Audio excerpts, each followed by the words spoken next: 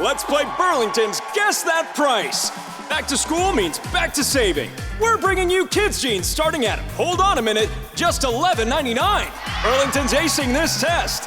What about character backpacks? We've got them starting at $12.99. Burlington's done it again. How about sneakers for the kids? A-plus brands and right on trend starting at $11.99. Saving is now in session. Burlington, deals, brands, wow! Styles and selections vary by location. She's made up her mind to live pretty smart. Learn to budget responsibly right from the start. She spends a little less and puts more into savings. Keeps her blood pressure low and credit score raises. She's cutting debt right out of her life. She tracks her cash flow on a spreadsheet at night. Boring money moves make kinda lame songs, but they sound pretty sweet to your wallet. PNC Bank, brilliantly boring since 1865.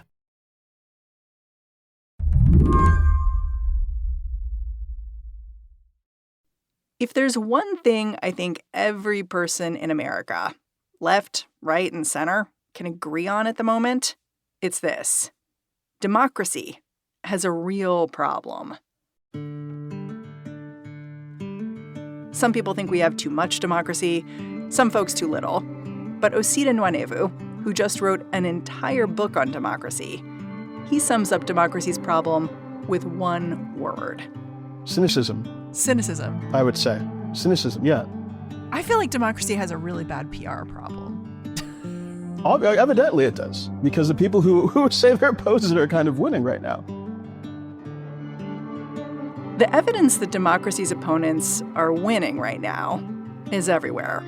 Like, you may have seen that YouTube show Surrounded in your feed, the one featuring the journalist Mehdi Hassan. He's sitting in the middle of a circle of 20 far-right conservatives.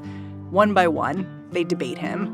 It went poorly. And a General Franco supporter. Well, yeah, I am a General Franco supporter. He was awesome. He was so super cool, quite frankly. Because the whole And you don't believe in democracy? I don't believe in democracy. What are you doing? This guy, Connor, was the one who really went viral. We may have to rename this show because you're a little bit more than a far-right Republican. Hey, what can I say? I think you can say I'm a fascist. Yeah, I am. Absolutely. I'm just checking who's clapping. We're in a place where, I certainly had taken for granted before I started this book. I think most Democrats, most people consider themselves progressive, taking for granted that democracy is a good thing, that it's worth preserving, it's worth keeping, it's worth improving. We're no longer in a place where you can assume that of the American public, broadly speaking, and certainly not of the right. Osita is a true believer in democracy, but he wrote his book, The Right of the People, as a way to take democracy's critics seriously. Because those critics, they're not just cheeky teenagers spending too much time online. In the last presidential cycle, it really did feel to a lot of folks like democracy was on the ballot and like democracy lost. What do we do with the fact, as I think liberals themselves feel, after November's election, a lot of Americans are misinformed. A lot of Americans were going to make mistakes at the polls. They're going to vote for Donald Trump. How do we work through that? Is that reason for us to doubt or to constrain democracy? Or is there another conception of democracy that can absorb that reality? I really wanted to get, back to the drawing board as far back as I could on this concept to see what we could make of it and whether there's a way of defining democracy that makes us better able to defend it. The good news is Osita found reasons to keep the faith. The bad news, if you, like me, are someone who wants democracy to just work, Osita's whole premise is that democracy is kind of a job. Democracy is a system in which the governed govern. We all, each of us as human beings, have the right to shape the conditions of the society in which we live. That can be both empowering and overwhelming. It could be. It could be both. It speaks to something deeper than I check off a box every 2 years and I choose somebody who is going to go to Congress with me. There's something elemental about talking about the box in that way that I think is important. But Osita, I barely have time to do my dishes. Yeah. But I think the reason why talking about democracy in that register is that it frees us in certain ways. It frees us from having a reverential attitude towards the political institutions we have. We can critique them on different grounds. Because they're there to serve us? Because they're there to serve us, believe it or not. Believe it or not. Today on the show, redefining democracy so that the next time it's up for a vote, it's got a shot at winning. I'm Mary Harris. You're listening to What Next? Stick around.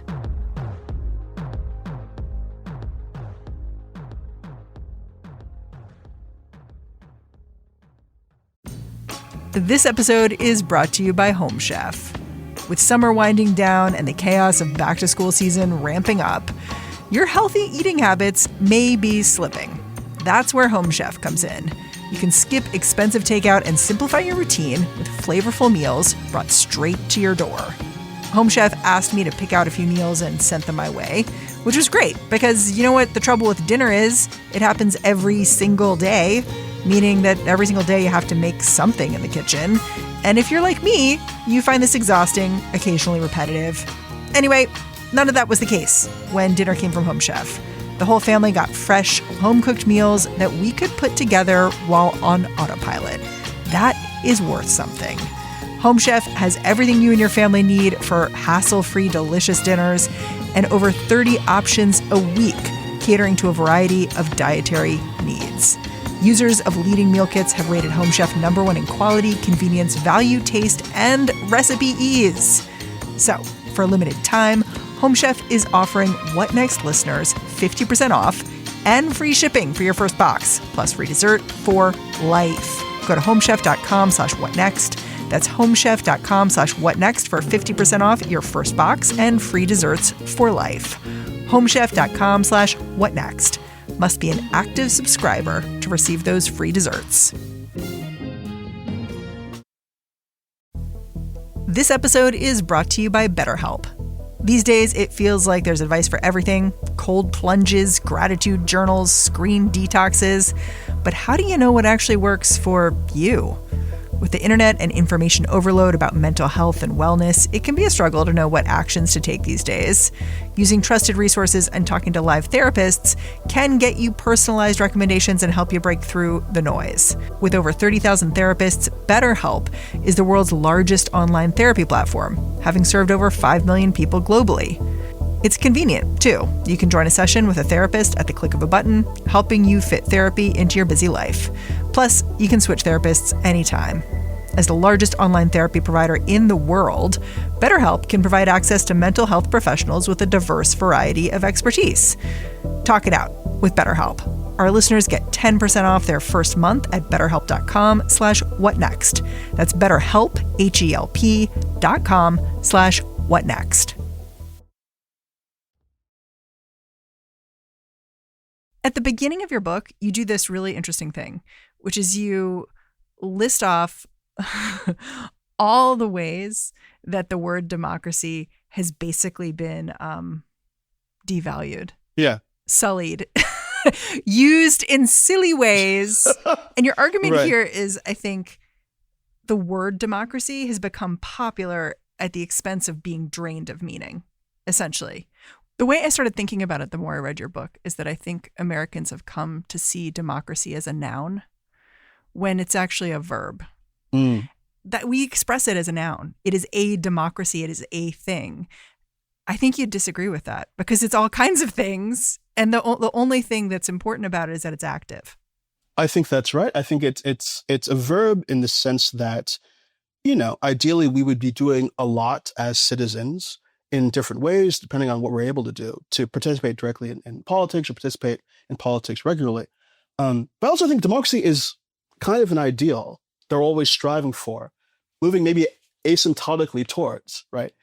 Do we ever actually get to a perfectly democratic society where we've solved all the problems of representation and empowering people? I don't know that we'd get there, but we should consider it as an ongoing thing that we're striving to achieve.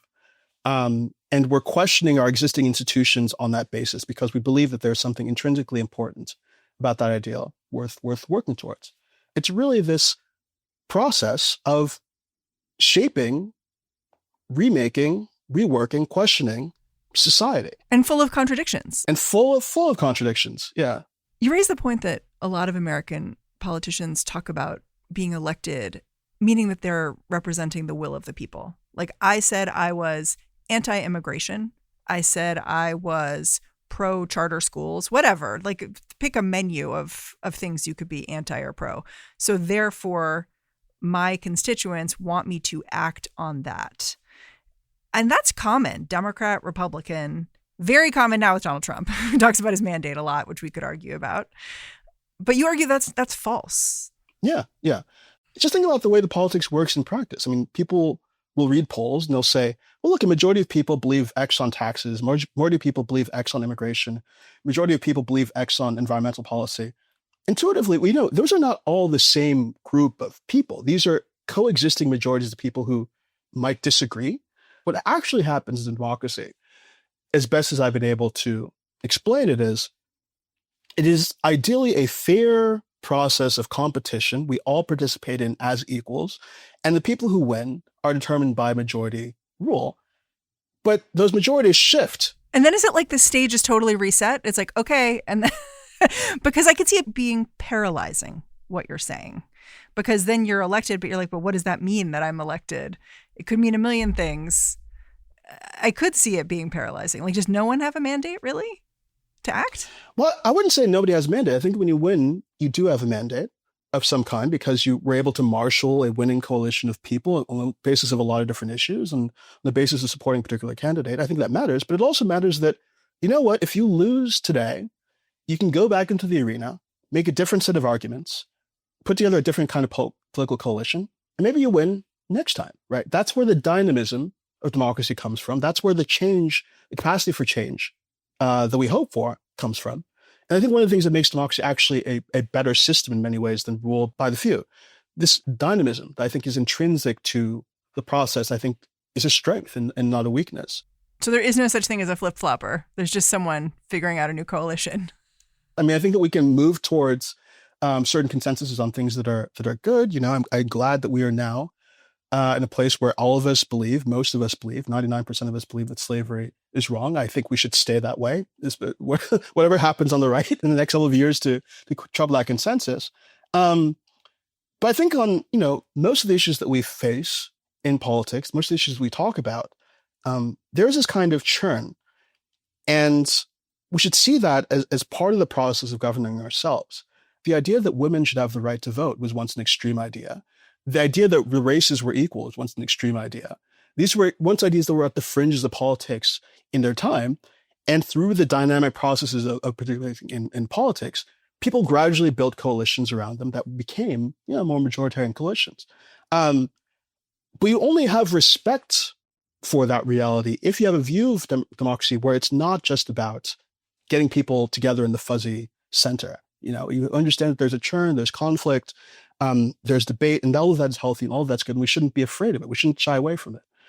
As long as we keep it under reasonable bounds and avoid tilting into things like political violence. I think that's, to me, it's a position on politics that feels natural. I think it's a position on politics that makes sense, especially in a country as turbulent and as diverse and as chaotic as the United States has been for just about all of its history.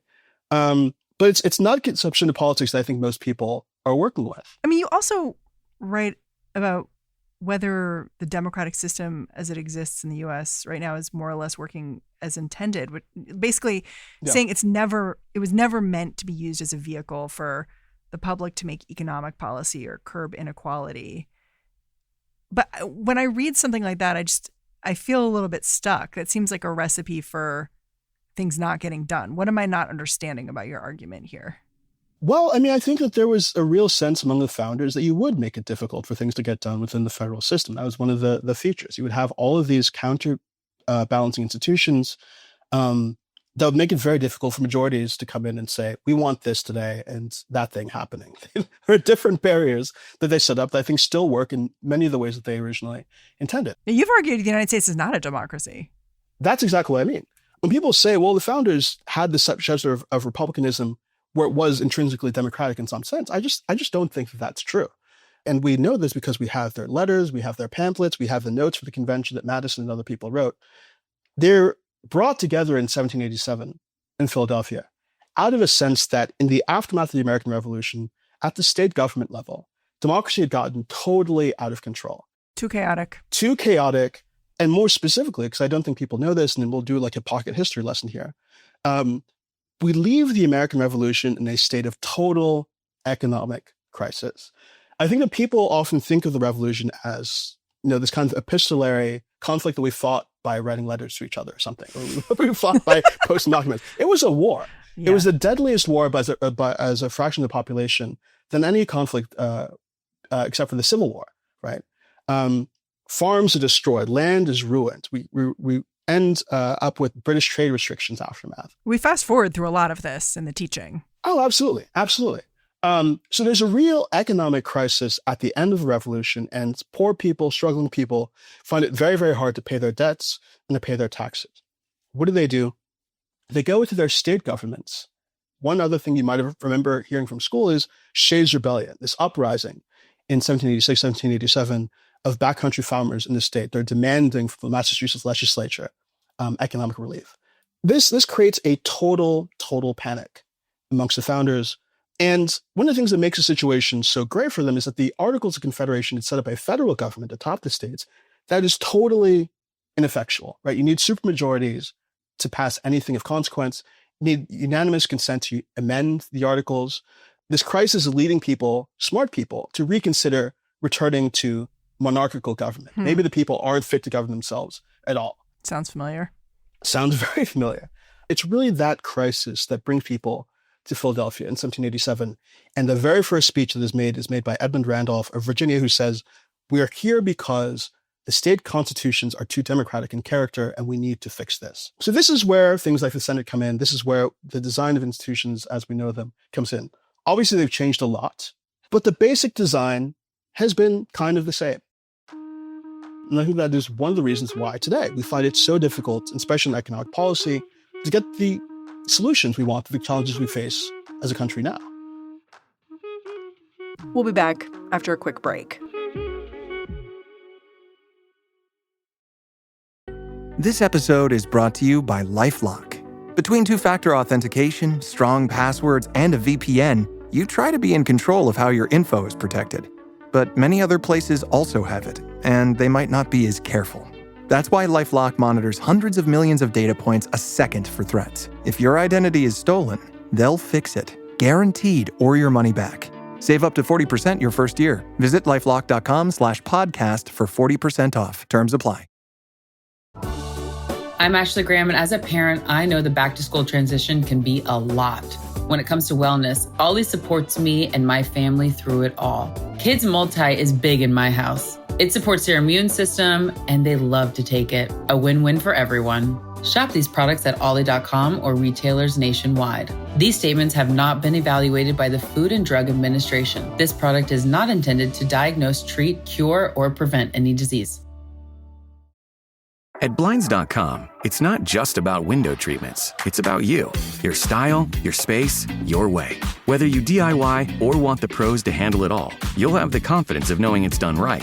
From free expert design help to our 100% satisfaction guarantee, everything we do is made to fit your life and your windows. Because at Blinds.com, the only thing we treat better than windows is you. Visit Blinds.com now for up to 40% off site-wide, plus a professional measure at no cost. Rules and restrictions apply. You could call this a funny time to write a book about democracy. Because in November, when Democrats lost both Congress and the White House to the GOP, one of their biggest takeaways was talking about democracy does not work. But Osita says that's not because of democracy. It's because of the Democrats. Well, here's the thing. Democracy didn't work because they framed it exclusively as this kind of abstraction. Right? I think it would be a mistake, and I think this is one of the reasons why the democracy push failed under Biden, to go into the next election or into 2028 and say, we need to get rid of the filibuster, we need to get rid of the Electoral College, purely on the level of like abstract democratic principle, as deeply as I care about those principles, right? We should say to them, look, democracy is actually the means by which we improve your material lives. If we have a political system that works well, we can pass new healthcare laws. We can pass laws that allow you to afford childcare. We can do all kinds of things to improve your economic lives. Democracy system ideals can actually deliver you higher pay. It'll help you address working conditions. So it's not just this kind of, again, dusty, fusty abstraction. This is a system that can allow us to fundamentally rework, change our society, pull us in a more just direction, that I think could speak to people with an anti-institutional sentiment, as well as people who are angry about Donald Trump. If you're angry about authoritarianism, I think it's on us on the left to say, that is absolutely correct. You should be angry about Donald Trump. You should also be angry about bosses. But when I see that argument being made successfully in, for instance, Zohran Mamdani, the Democratic candidate for mayor in New York City, I see both the Democratic Party writ large get queasy, and I see Donald Trump calling him a communist. Do you know what I mean? Like, the road is not easy here. Yeah. And I see a lot of normie Democrats feeling pretty uncomfortable, whether they're couching it as like, well, he's only 33 years old, it's a big job, right, or whatever. Well, notably, I don't think Mamdani is making these arguments. Interesting. In the way that I'm making. I think he is a post-Bernie candidate who was talking about social welfare policy. He was talking about freezing the rent. He was talking about, the slate of things that we would like to provide people as leftists. Many people, if not most people, hear that as, you're going to take money from me and you're going to give it to somebody else who's poorer than me or who I don't know, who isn't part of my community. And I feel anxious about that. That, to me, is the central challenge for the American left in politics. But I do think that labor politics, and the way that I'm describing them, it's a little bit different. Most of us are workers. There are a lot of things about work that I think people feel are unjust or unfair, or at least that suck, right? So the fact that you can be fired because you work at will for just about any reason, about $15 billion of wage theft a year, I think, in this country. People being at the extremes, told that they can't go on bathroom breaks at Amazon. And if we present democracy as a means of addressing those problems, it's a different register of politics than the politics of social provision. But unions have not been popular in workplaces, and unions sometimes haven't made the best cases for themselves. Unions struggle in workplaces for a lot of reasons, but as a matter of public opinion, the most popular they've been in many, many years. I think Gallup shows this, all kinds of polls show that the concept of a union is an all-time high. That doesn't mean the workplaces are converting, though. I think that's what I mean. It absolutely does not, and I think there are a lot of reasons for that. But my point is, talking about your entitlements, your rights at work as a democratic matter is not something that we on the left have centered in our politics for a long time. Great thing about policies like the PRO Act, which would make it easier to unionize, co-determination, putting workers on corporate boards. They don't cost anything. These don't cost the government anything. You are not raising anybody's taxes to do this. You're not asking people for money. And yet, I think they have a concrete material impact on people's lives. It actually leads to higher wages, more work security. Maybe you can bargain for paid leave as a worker who was newly unionized because we've made it easier to unionize. So I think that there's just also practical reasons for us to lean into labor policy as well. But I do think it gets into the challenge you're going to face with these ideas, which is the Democratic Party, people who support the Democratic Party, which would be most of the people who would want to engage with these ideas, I think they're uncomfortable with economic populism. I think they're uncomfortable with worker power. Oh, 100%. I think that is deeply frightening to them because there's a whole lot of people in power in the Democratic Party who are in charge. And so that's where I think an idea like this hits walls. Yeah, with certainly the elected Democrats we've got now. But I think, our job on the left is to actually sell this directly to ordinary people. Make them demand it. Yeah, exactly. Make them demand it so we can build a real movement around it. And then you see elected officials respond. I think that we on the left too, in general, are in a position where I think we've told ourselves, well, if you just run on the right policies and you run on Medicare for all and you run on the Green New Deal and we know that these concretely benefit people, all kinds of people who are not participating in politics and all kinds of people who are working class, they're just going to run to the polls and vote on the basis of their material interests. If that were the case, Bernie Sanders would be president right now. What we actually need to do is broaden our appeal in all kinds of ways. That means running on the right kinds of policies, sure, that appeal to certain people, absolutely, but also having the right broader pitch on the basis of principles that we share with most ordinary Americans. And one of them, I think, is democracy. You know what strikes me, and I wonder if it strikes you too? I'm struck looking at the political climate right now. Like, I worry time's up for this project, essentially. But that doesn't mean I don't think it's a good project. No. And I think, you know what? As dark and as bleak and as horrible as things are now, I take an odd amount of comfort in knowing that things in American history have been much, much, much worse. It struck me reading this, you're kind of a sap, but like in a good way. Yeah, hopefully in a good way. But look, I mean, what did it take to work towards the promise of racial equality in 1925? Right? What kind of disposition would you have to look at people being lynched and millions of Americans in the KKK to believe, no, we're going to have a world in which Black people and white people live together as equals in society? What kind of capacity for political action and determination? What kind of people would we have to be part of that movement at that time? Things have been so much worse, and I actually think that we are on the cusp of doing the right thing here. I think we're on the cusp, partially because we've been shocked by Donald Trump, of considering things and reforms for institutions that we would not have considered otherwise. We should harness that. We should take advantage of that energy. We should take advantage of this opportunity now. And I really do think that, to use the cliche, a better world is possible, a better country is possible, if we just tell ourselves that that's what we're working towards.